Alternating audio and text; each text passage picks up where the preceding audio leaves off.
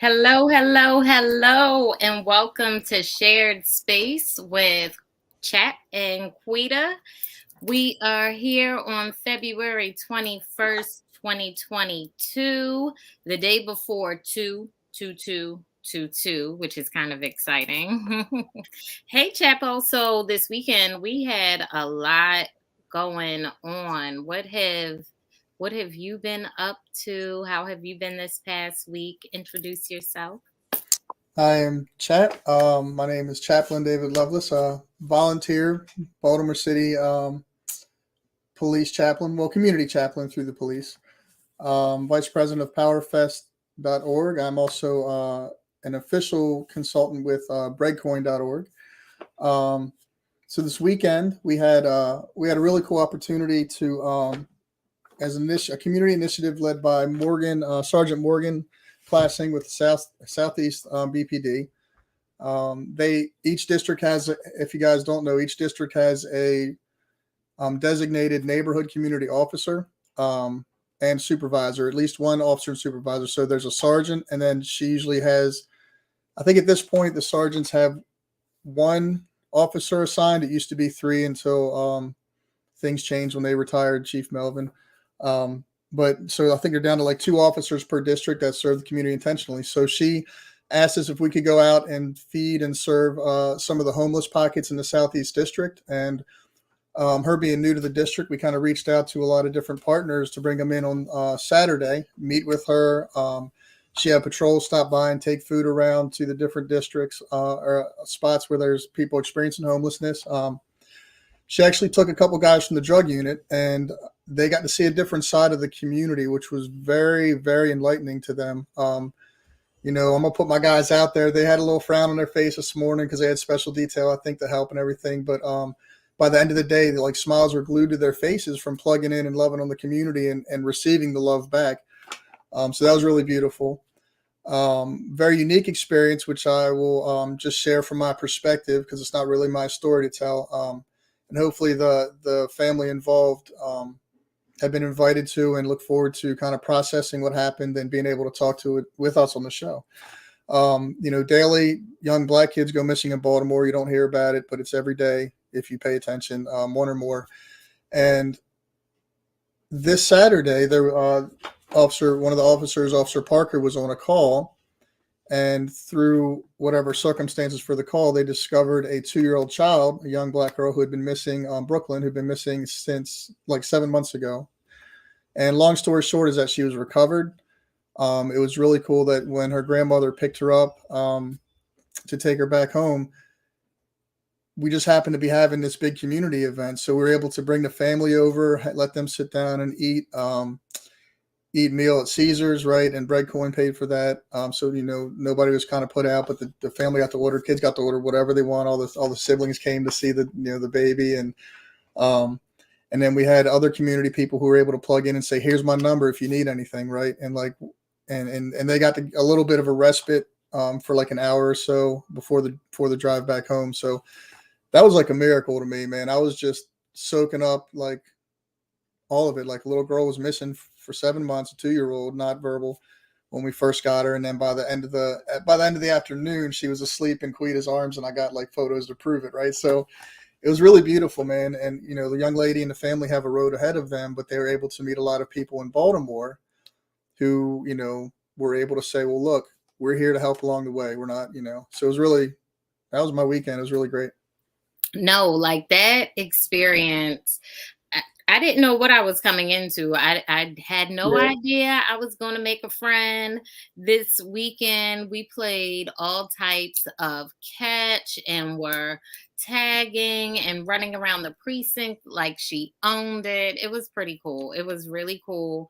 And getting to see just the community, come and support because the cops were like, wait, there's a baby girl here. Like, did she eat? Everybody wanted to make sure she had eaten, she had new clothes.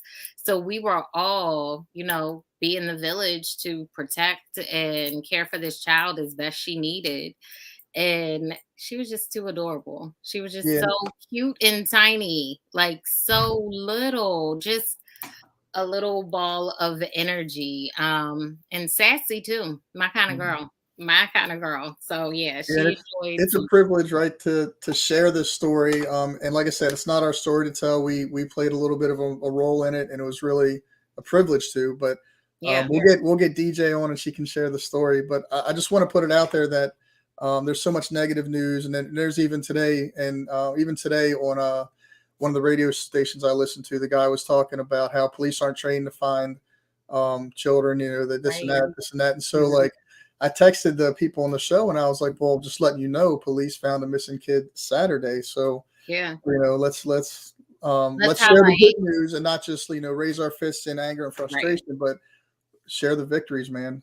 Yeah, 'Cause- yeah. And I yeah, think it's something we also need to pay attention to when we're taking in all the news. Like, does your news media tell you both sides of the story? Are you hearing both good stuff and bad stuff? Because to to think that there is no good happening in Baltimore is just that's a lie. That's not the case. Every weekend, if anybody's looking for a community event, some sort of outreach, some sort of engagement, there's tons of things to do. Like, what part of town are you in? Do you want to go to that's West right. Side, East That's Side, right. South, North? Like, where are you trying to go? Because there's always something, especially for the kids. So, Very true.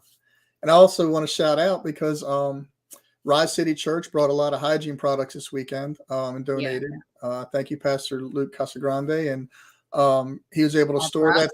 Yep, and he was able to store that stuff at the rec center with David McNair, who runs Creative Influence, and yeah, Dason showed up with like COVID tests that we were able to distribute and PPE And stuff books. and books, right? Yeah, And so books.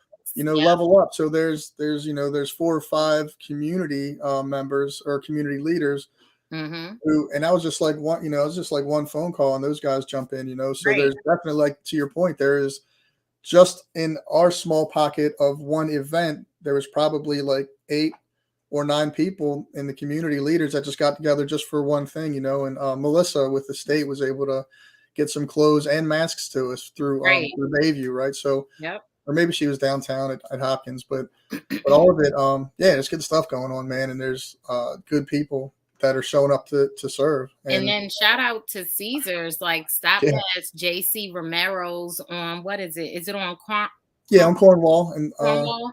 yeah, if you're On the from corner of Greektown, they call them the Cornwall? ABCs because the streets are in ABC order, but Cornwall and Bank Street, Yes. yeah, Miss Lucia from Comite Latino de Baltimore, like when we were all inside getting warm, she stayed outside making sure people got handed stuff and got Food food and stuff. She was and wrapped their up tight and right. manned the Right. table like most of the time. Yeah, And shout out to the community. Like, stop by, stop and say hi to Say Star. Like, get a sandwich because it's a whole cafe. You can do a puzzle. You can talk to folks. Go ahead, not Chap. a, I'm trying not to forget anybody. So like, thank you, Nancy. Thank you, Right. Morgan. Thank you, Officer Hines. And I don't remember the other officer's name. Tremaine was out Thank you, there AJ. too. Yeah, Yeah. Tremaine, Dayton showed up. Yeah, it was, and the other lady, I wish I could remember her name. But the Oh other lady man. that does so every Saturday as well, they're still handing out groceries and foods on over at Reach Partnership around Yep. 9-10 o'clock at 2555 Hartford Road every Saturday. So Yep. yeah, that crew showed up to help us when they were done. I was like, okay. Right, right, right. Because I saw them when I was at the precinct. Like, I'm like, oh, everybody's coming and Yeah. going. And I was there with the baby. We was having fun, but it was a great event. It was a great event. The weather was perfect. It wasn't too It was cold. cold. I mean, it's wintertime, but it wasn't any snow falling because this Mhm. week it's about to be a mess. Is that right? Not looking forward to that. Yeah, it's supposed to snow the rest of the week. I Yeah. like snow. I like the Do snow. you really?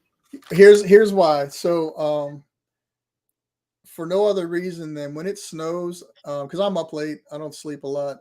So I'll be up at 2, 3 in the morning. It's normal for me to be up 2 and 3 in the morning and go to the corner store and see my guys. And um, it's really beautiful at that time because if the city's quiet already, but when there's snow on the ground, it's like a blanket of silence is over the city, and it's just a peace. There's just a peacefulness in the city, no matter where you are. There's just like I'll give you that.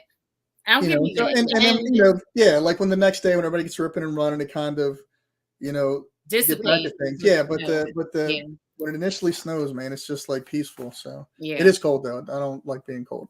Yeah, my people are the people of the streets, and sleeping on the street in the cold weather is Yeah, like no. snow is the worst. So it always gives me anxiety. I'm working There's on that though. there's actually an old girl in our neighborhood, and I know that she passed, but she used to, when it started to get cold in like October, November, she would go to the grocery store every day and just eat in the store until they arrested her. Yeah. After a couple of days, they'd be like, "Look, okay, we have to call the cops," and they arrest her, and then she'd get locked up for 6 months. So she got 4 square or 3 squares and a cot. Yeah. During That the that was her cold that was season. her routine every year, and she wasn't young. She was like in her 60s, and that's how Yeah. she survived. Listen, I was reading this story about where was it? It might have been on the Homeless United website, but there was this story about like 10 different people who are living in LA and sleeping hard, which is basically means they sleep on the street every night, like literally on the street, may have a tent of some sort, but that's their lifestyle. But these were people who were 40, 50, 60, and had experienced homelessness since the age of 10 or 12 or 15. Mm, So literally living on the street, like longer than I've been on this earth, longer than you've been on this earth, chap. Like, mm. can you imagine having to live like without? I just, I can. So I left my house when I was like 15. But at hmm that point, I ended up living with a pastor. But there was a season between like on and off between like 15 and probably 19 that I wouldn't say I'm homeless because I had a vehicle, but I lived on the street in my vehicle. Nice square 70s Volvo. It was easy to organize my things that I needed in there and get showers at friends' houses and hmm um, yeah, but that was home. So I wasn't. So I never really sub you know subject myself to saying I was completely homeless. I had the roof over my head. I could warm the car up when I was cold.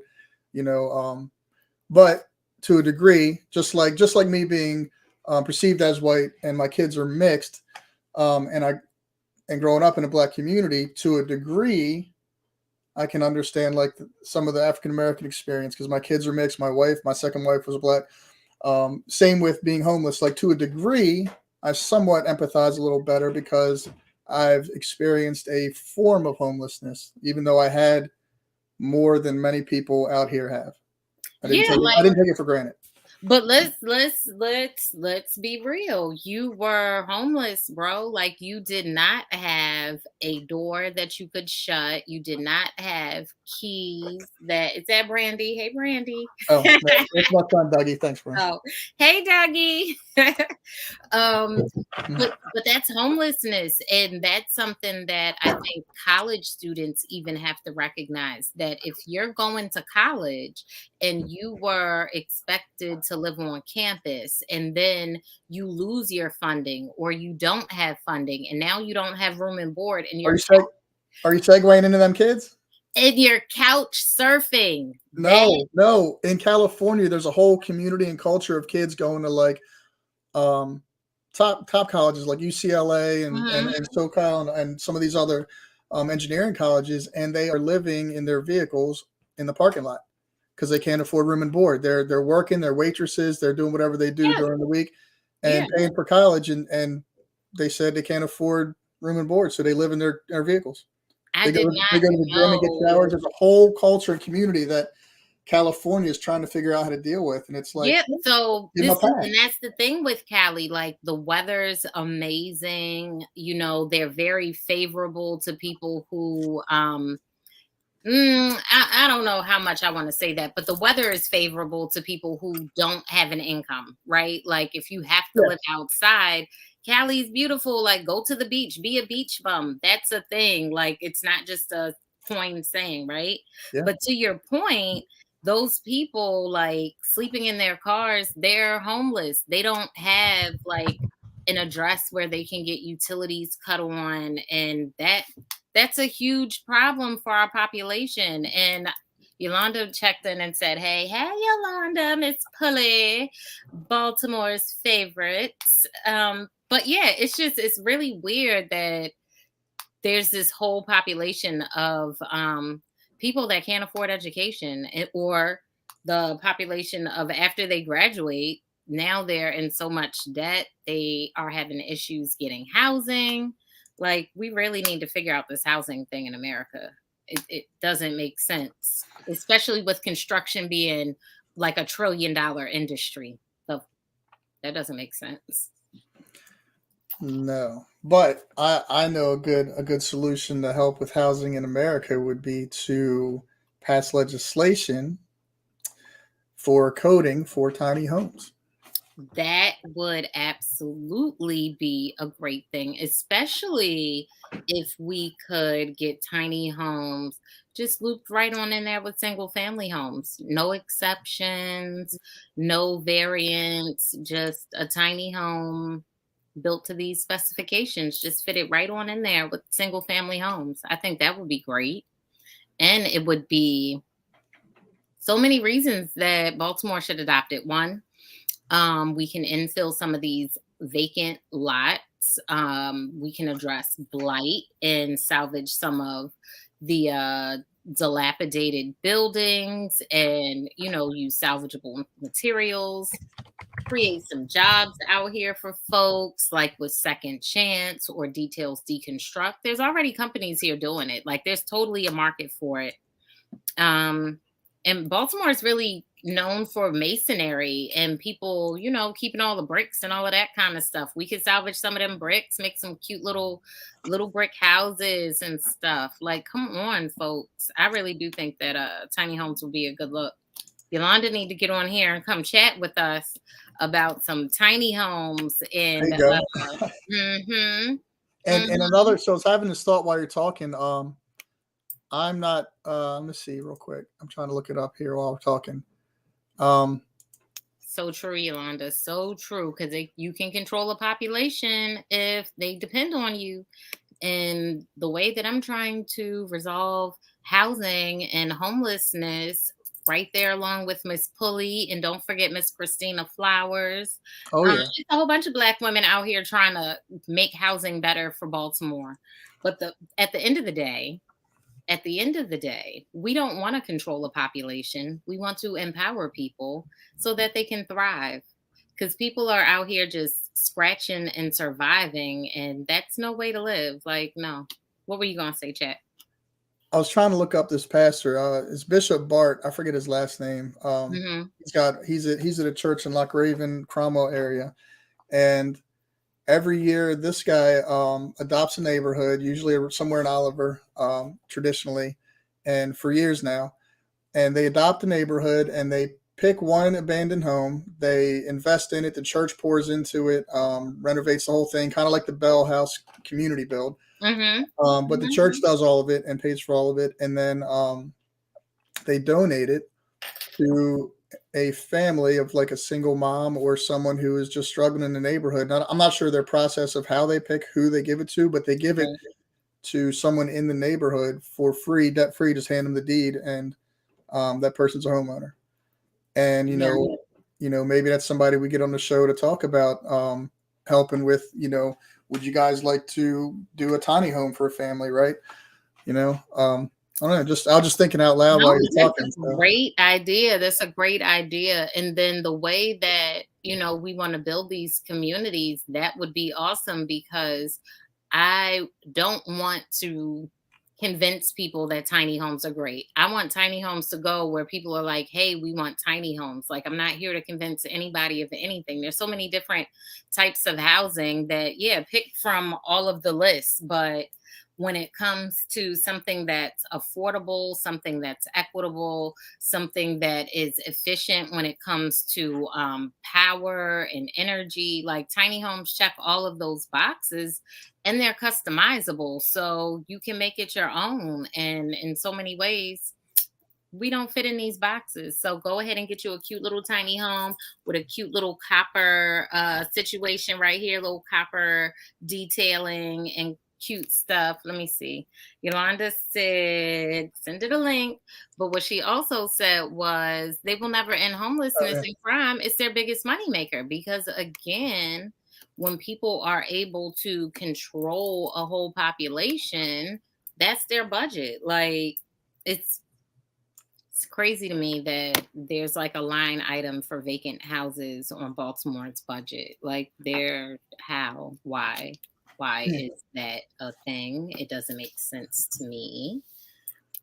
But what do I know? I'm not a politician. I'm just here to help people not live You, outside. Okay. you are right. I was thinking about this the other day when they were teasing you about but they weren't Right. about running for council. My thing was like this. I was like thinking that morning, like we are in our minds, Aquita. We're not at all. We're not political people, right? We're in the community doing things. We're not doing politics. We're building relationships. We're meeting needs. We're trying to encourage and empower and educate each other and those Right. around us, right? And but everything that you do with Baltimore, everything that you do as Laquita in Baltimore City for the greater good of the city, everything that you do is political. Yeah. But that's not Unfortunately, your motivation. But that's no. it. It just is. It's something that we have to have had to embrace over the last couple of years. Is that um, and then as I embrace it, I pay attention to more what politicians are doing because we affect them and Hmm. what their decisions affect us. And it's like we have to kind of embrace that, even though we say we're not, we are. We have to speak up for people. We have to demand that elected officials do what they're supposed to do. We have to remind them that you're not the leaders, we are. We have to um, hold their feet to the fire. If you get your foot in the door, man, start digging in and just making them do what we want them to do because they represent us. Right. Right. Regardless if I voted for you or not, you in that chair now. Right. I respect the office, even if I don't respect the person. Respect your leaders who you're representing. Right. So, Chap, one of the things that I'm realizing, the more, like, the older and older I get, everything is political and so many things are systemic. You know what I mean? So, even if we don't want it to be political, there's some way to tie it right back to the system and the policy and the law and the person and who benefits from it and who is excluded from it. There's always a way to trace it. So, to your point, no, I'm not a politician, but I'm going to have to learn policy. I'm going to Mhm. have to continue to talk to lobbyists about tiny homes and And learn how to, the process of presenting a bill to be a drafted by bill. your delegate, your city council person. Yeah. And once you get your foot in the door doing all that, now you're part of the process, man. Right. It's Even horrible. though Right. you didn't want to be a part of, like, it's just it's a necessary evil, unfortunately. Like, there's no way around it. And that's often what I say when we're on here. Like, people are like, "Oh, the way that we're going to get free is home ownership and business ownership, entrepreneurship." And it's like, yes, but we also have to pay attention to policies and laws because, for one, as women, like, slowly and surely, our rights are being taken away. Like, Like, so. okay, right now, Maryland State Bill 29, House Bill 83. The way that the law is written, someone my age or older, like any age human being, can marry a 15-year-old girl through loopholes in our legislation if she's 15 and pregnant. So I don't know any young 15-year-old men getting pregnant. The law is written 15 and pregnant. So if a young Right. woman is 15 and pregnant or already a parent, she can marry an adult like 50, 60, 70, it doesn't matter. Whatever coercion or manipulation or whatever's happening in the situation, no other like this only happens in Maryland, no other states, right? So by not changing the law, all the pedophiles and all the human trafficking and all those cultures who would use that loophole for evil migrate to Maryland. You're like attracting these energies, right? Yeah. And by not passing that, you're also, I mean, it's more than just not protecting children. Right. It's bigger than that. It's on a, because everybody knows you can come to Maryland and you can do it online. There's no accountability. No one looks at this and says it's wrong because they're checking off boxes on a computer. So it is like insanity not to pass it. And Right. I think it's been looked over by the juvenile committee, which is head by Will Smith, who is the delegate for Montgomery County. It's where all Maryland's money is, right? So he's not. I don't know if he's not willing to shake the boat and bring it to their attention, but it's been overlooked and passed over to be presented 7 times. I think is the number. I'm not 100% sure.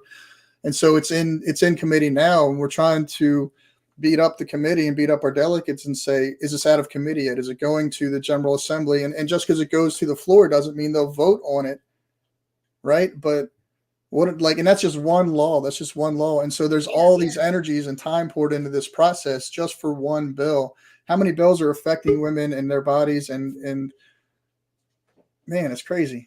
Right. So the one thing that I wanted to mention to you, like you brought up the way that the law is written and how they were slick with the words about what was it? Something and pregnant. Yeah, you can look it up. It's 15 and pregnant. 15 and pregnant. So I'm often talking to my partner about how, like, people are feeling like they're being oppressed because they're losing their power. And they feel like that because once upon a time, like, women weren't counted and we had to add an amendment to get on there.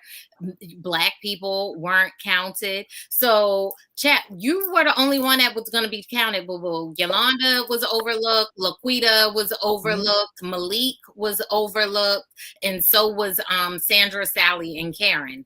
And so now that Karen gets the vote. Oh no, Karen didn't get the vote. No, Karen did not get to vote. And truth be told, look, Jamal got to vote before Karen, just like Obama got to be in office before any white woman. So let's be clear, the patriarchy always upholds male supremacy and as well as white supremacy. Like, these are things that we can't deny. But my point is, my partner is always like, well, do you think that they intentionally excluded us?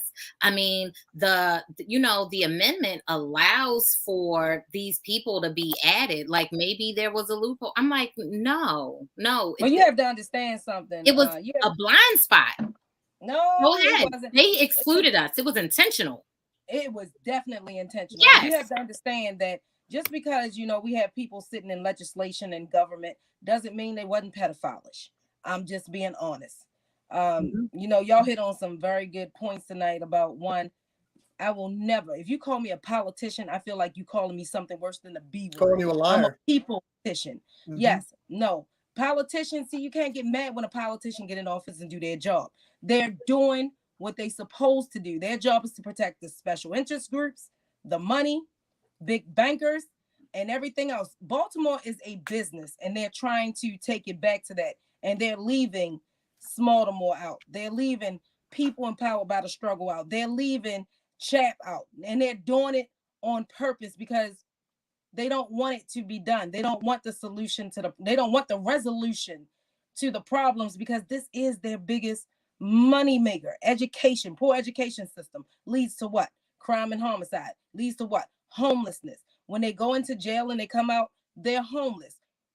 Why when a person get locked up and they serve a certain amount of time, why do you think that they make them come up with a home plan?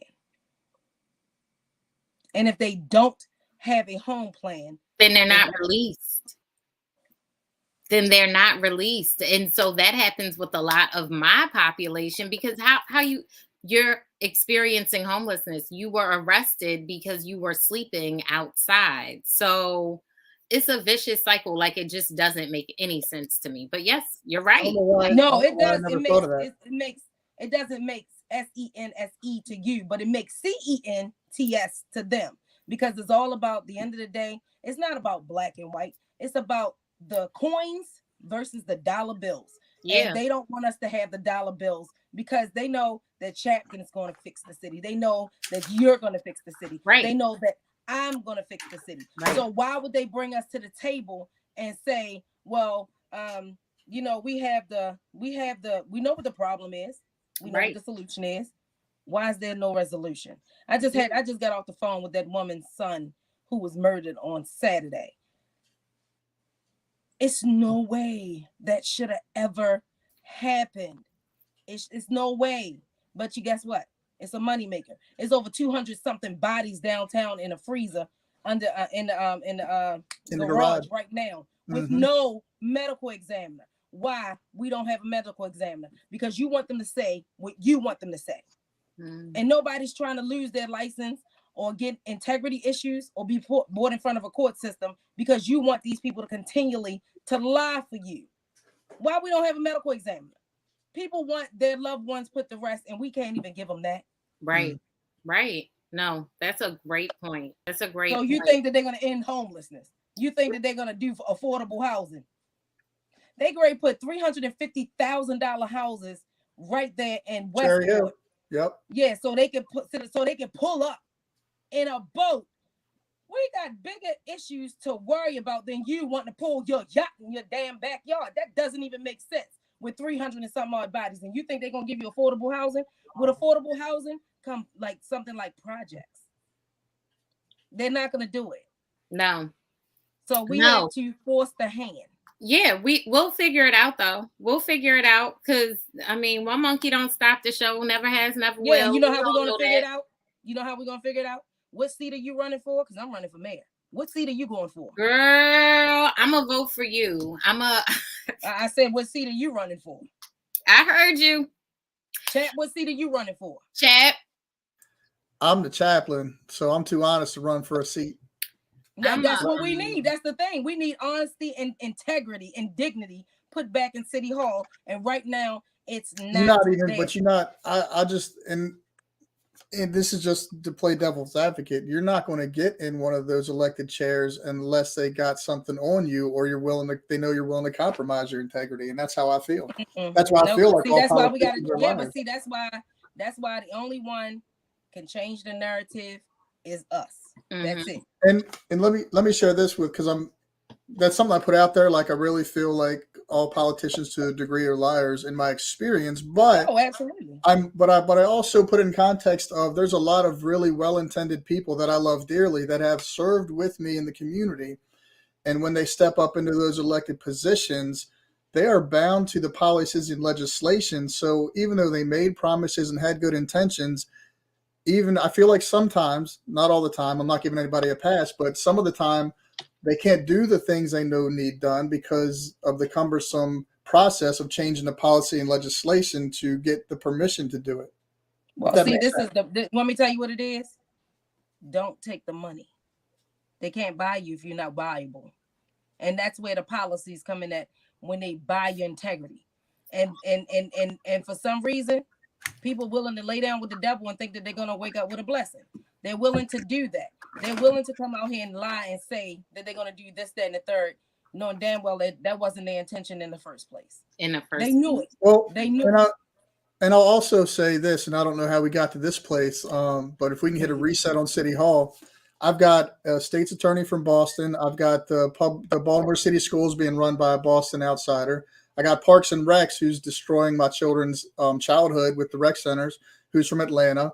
I've got, what else? I just got a phone call about them. I got a look. Don't get me started. I got a police commissioner from Louisiana.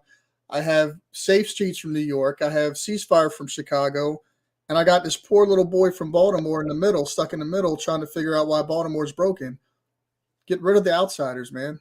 We know what we need. Exactly. There's so many people in this city. We know what we need to heal, and we don't need outside help. Like you got problems in Louisiana, you got problems in ATL, you got problems in Boston. Like Boston, like we got 2 black people running, offices from Boston. Where if you go to Boston, if I go to Boston, they're gonna say it to you. But if I go to Boston and to my New Englanders, and I go to the Packy, right, pick up a sixer, I'm gonna say, "Oh, how you doing?" And if there's a person of color in the vicinity, they will look at that person. They'll turn to me and say, "Everybody hates Mondays," because Mondays is code for right. They're not speaking to me. I'm like, I've been. Right. And so, I'm not invited. You can't tell me that there's not problems in Boston you need to deal with. That you're in Baltimore trying to rescue us. We don't need rescue. We're going to heal from the inside. Well, I can tell you where, I was on the other side of that table, and I can tell you where that comes from. It comes from, yet again, if you want to know who sold your city out and you want to know why they their seat changes look the way it do. Look at their campaign funds. These are the ones that donated into those campaigns, and they made backdoor deals with to get the money. So that's why we have such and such from such and such place and such from such and such place. And then we gotta give them time. We don't have time. We don't have time. We have to end homelessness. We have to end crime. We have to end a poor education system. We don't have time to teach you about our streets when we've been here. We need people working on every one of those things you mentioned at the same time, because it's not like a string, it's not in a line. This is all things that need to be weaved back together. Arts and humanities aren't in education. Kids can't express themselves. They turn violent, right? Let's say latchkey kids are home and they're not being parented appropriately, and let's say people are absorbing this trauma, especially our kids, right? So you're not being able to express yourself artistically in school. You're not even getting an education with 60% plus kids graduating with a 1.0 GPA, or 77% of our high school kids reading at a fourth grade or lower level. So now you're not getting educated. You're not able to emotionally express yourself through art. You're in front of a screen for school even at some point, or you're in your phone or your tablet or computer or video game. Now you're not learning social skills. You're not learning how to interact with other people who look and sound like you, let alone other people that are much different from you, right? So all of these things are just compiling and complex to the problem. And we need to work on the housing and homelessness while we're doing the mental illness, while we're physically feeding people, while we're encouraging people to work out and be healthy, while we're trying to educate them, while we're trying to, do everything at once. And that's where that unity needs to happen, right? Because if everybody's doing the same thing, that's conformity, right? If we're all unified in one thing, we need everybody doing all the different things, right? That diversity fills in the gaps. Absolutely. Well, I got a question for. I got a. If we what was that Grace say? I got a mind of an elder. I'm trying to tell you, it's just bad. It was something that you said that was very significant. If we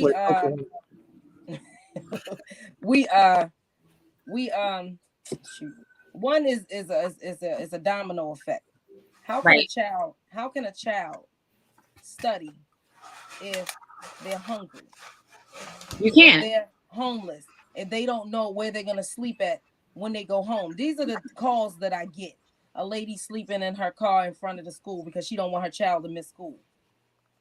Are you serious? We get calls about children being hungry. So we try to fix these things, but at the end of the day, if we can't give them affordable housing, and then you got the parents, just like you said, the latchkey kids. We have the parents that have to work 2 and 3 jobs, that cannot sit home and watch their child get on the computer or watch their child go to school. They're entrusting, yet again, we're putting children in adult situations thinking that they're going to get up on time and go to school because I have to go to work because my BG&E bill is due, my rent is due. I don't know how I'm going to get back and forth to work. And then another thing is, how can the parents teach a child if they can't read themselves? Absolutely. Yes. Absolutely. And this generation is going to be another generation of illiterate parents. Straight up. If you're from Baltimore, I'm telling my son, at this point, let's see what you got to do to get. He's 15. Let's just get your GED, because I don't want to tell anybody. You don't want to tell anybody on a job interview your class of 2022 in Baltimore. Hey, you want to hear something? That is another part I wanted to tell you about. We speak to a lot of people who hire people. And the one thing they will not hire is people in Baltimore City, because once they see Baltimore City education or the school down there, they won't hire them because they know that they're not at grade level. So they don't have comprehension skills. They don't have decision-making skills. And actually, a GED is actually higher than a high school diploma in Baltimore City. Say it. I'm sure. I'm struggling with that too, right? Because I got young men that I have a young man that I've known. I'm gonna put Josh out there because he's a pain in my butt, man. But my little brother Josh has been working on his GED for 10 years, and he keeps putting it off. And then every time he gets to it, it's a little more to it, right? To the point where Now, like when I was a kid, if you wanted to get a GED, basic math, right? I make $10 an hour. I work 40 hours. My check's $400, and then the government takes theirs, right? Just real basic math stuff. I couldn't pass a GED now without studying because I have to go back to calculus now. They're talking about sines and cosines and graphing functions and doing all these things for a GED because of the rest of the country. Their high school equivalent is including higher math. Why are we buying our curriculum from over in Germany? Say again? Why are we buying our school curriculum in Germany?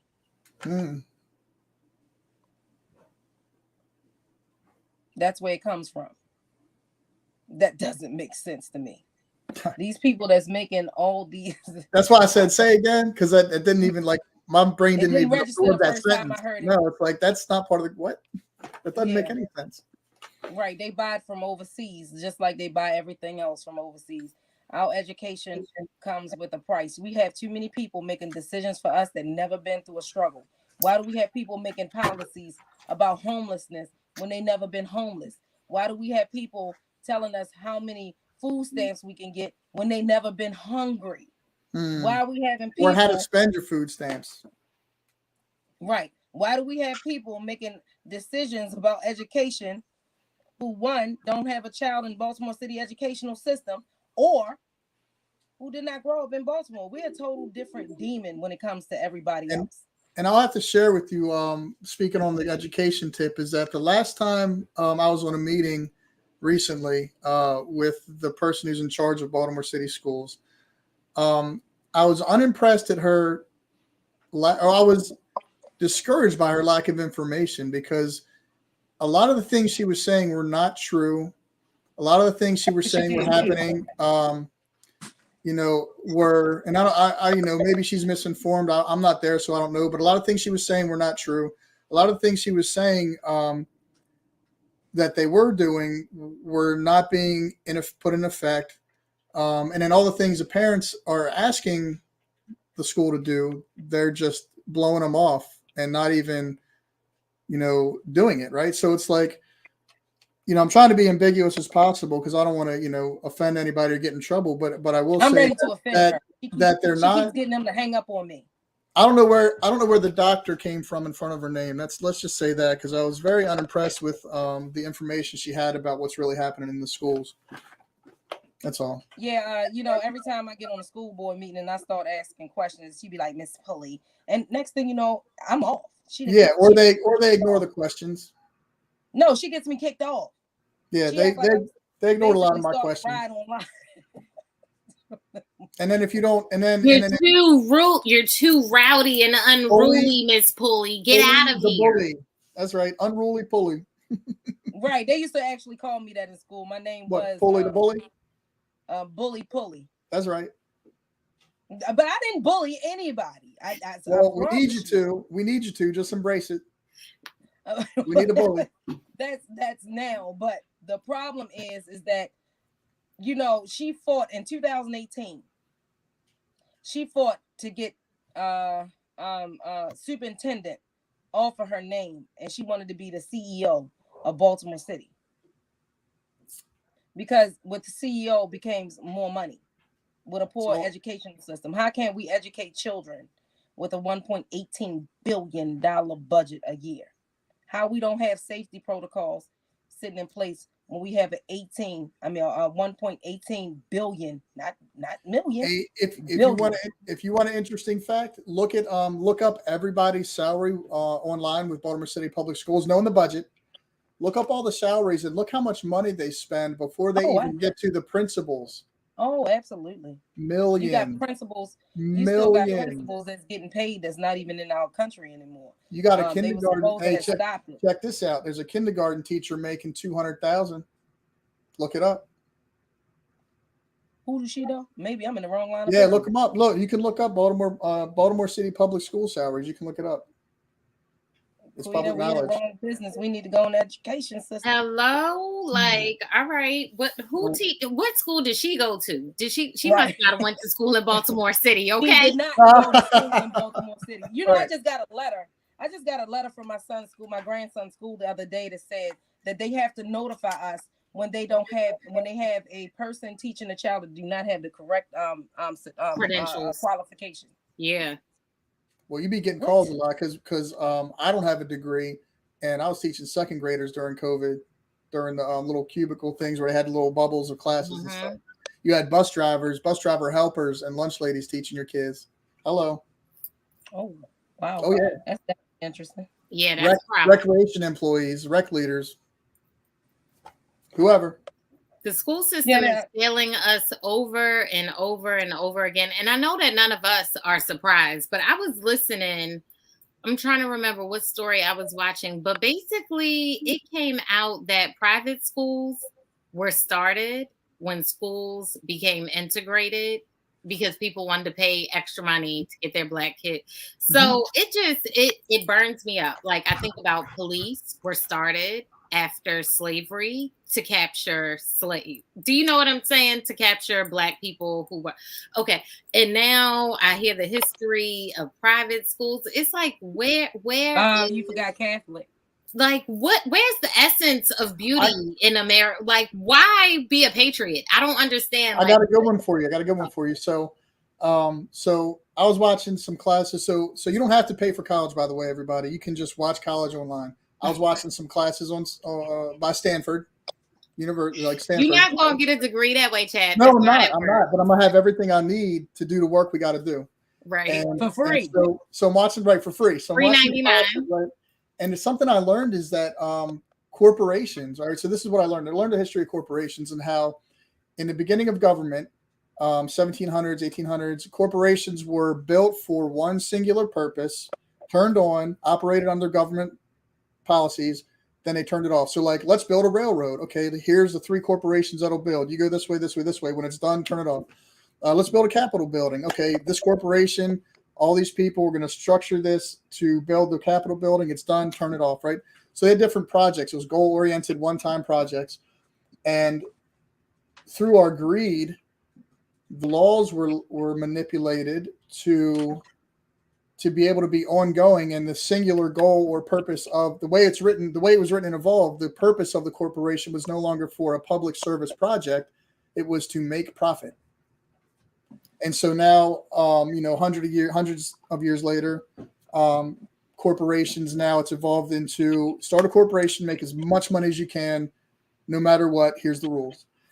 And to take it even further, in either 2010 or 2014, there's a law that was written. It's called United Citizens versus like FEC or something, where the corporations all got together and said, and this was specific to lobbying. You were talking about lobbyists earlier and how they work. So, like I can give as an individual unlimited money to a candidate. If I like Yolanda, I can give her all my money. You can't say no, right? But if I'm a corporation, I'm limited to like, let's say $2,500 donation, right? So that my special interest isn't compromised or integrity, right? So what happened was in 2010 or 14, I forget which one, corporations got together, United Citizens, and they got a law passed acknowledging them to have the same rights as individuals, where they could dump endless amounts of money into whoever they wanted, nonprofit, through like a sidestep of a nonprofit, which is crazy. So these corporations, and that's why your former president still runs, but continue to, or why he still continues to campaign, because it's a moneymaker. But go ahead, Chad. No, and that's my point. Like these things evolve, and these laws, like they get worse. Yeah, I think because you mentioned lobbyists, so it made me think of that fact, how corporate, like something simple like a corporation start off as, the community getting together doing stuff, and it evolved into money, and everything just, when it gets ground up in the system, turns into money no matter what. But then the other point of that is, now that we have that knowledge, we have to understand that we have to start businesses, because that's what the government wants. They want you to go in business. They want you to make money. And that's why you get to have tax write-offs, and why Bezos doesn't pay taxes. Like, we have to learn what these rules and loopholes are, so that we can benefit from them as well, because these jokers are going to the moon, and we got folks that don't have houses. So like, it's baffling to me. Maybe he wants to build tiny homes on the moon. He probably do. He probably do. Let's do it. Bye. Tell him to go. Bye. But yeah, so we're gonna have to wrap up soon because you know Robert comes on right after Rise. Thank you for pulling up, Miss Pulley. That's right. Pull up on my bumper, baby. Always. It's a pleasure to have. It's a pleasure to be on y'all show as always. Yes, yes. You always add the real raw roughness of Baltimore, and you know, on this show, I've been here my whole life. Listen, and that's the gift and the curse because you know the truth, right? Like ignorance is not bliss, y'all. Ignorance is not bliss, and that's why you get people that are like, I need to be the mayor so that I can change all that stuff. How many people last time, Londa, you was on stage with a whole crew of people wanted to be mayor? Bruh. A bunch of nut jobs. you know what? You gotta be. You know what though? That's why we want someone from Baltimore. You got to be a little crazy to want to be mayor of Baltimore. You got to have the fight in you. You got to have pushback. You got to have attitude. All of it. You got to be a little. But I need you to be realistic in your plans too. I needed to be realistic. You just surround yourself with good people. That's how you do it. You're like, I know I'm nuts, but you guys, let's figure this out. I think Mayor Scott got really lucky with all this ARPA funds being released and COVID money coming out. So I really hope that somebody manages the money properly and that it goes where it needs to go. And I'm putting it out, y'all. I'm a manifesting. I'm putting it out in the universe. He gave it to the same people. He gave it to the same people that they've been giving it to for decades. Okay. To manage. No oversight. No accountability. That's a problem. That's a big problem. That's all right, y'all. So y'all have a great week. Thank you guys for coming out. February. Tomorrow is 22222, and we'll be back next Monday at 7 p.m. Next Monday is my birthday. Hey. Next Monday is my birthday, and you all come on Mondays at 6, right? Yeah. So same bat time, same bat channel, 6, 7, 8 o'clock. We got you Monday nights. Pull up with the pulley. See ya. All right. See you guys. Thanks for popping